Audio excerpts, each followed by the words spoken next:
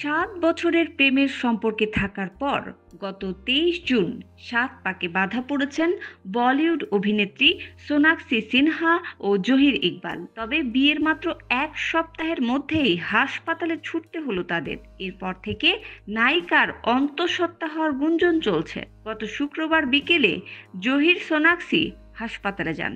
নবদম্পতির হাসপাতালে প্রবেশ করার ভিডিও ক্যামেরাবন্দি করার সুযোগ হাতছাড়া করেননি পাপ্পারাজিরা।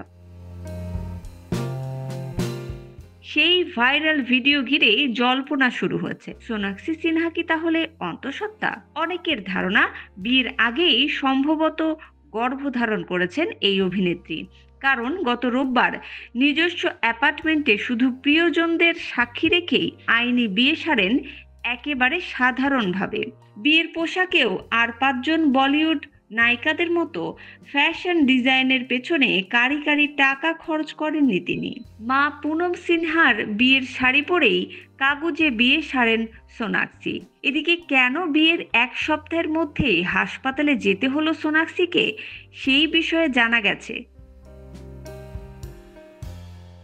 বাবা শত্রুঘ্ন সিনহা রুটিন চেকআপের জন্য হাসপাতালে ভর্তি হয়েছিলেন, আর সেজন্যই দম্পতিকে যেতে হয়েছে সেখানে। লোকসভা নির্বাচনে বিপুল ভোটে জয়ী হয়েছেন প্রবীণ এই অভিনেতা। সম্ভবত মেয়ের বিয়ের পর শারীরিক অসুস্থতার জন্যই সংসদে গিয়ে এখন পর্যন্ত শপথ নিতে পারেননি শত্রুঘ্ন সিনহা।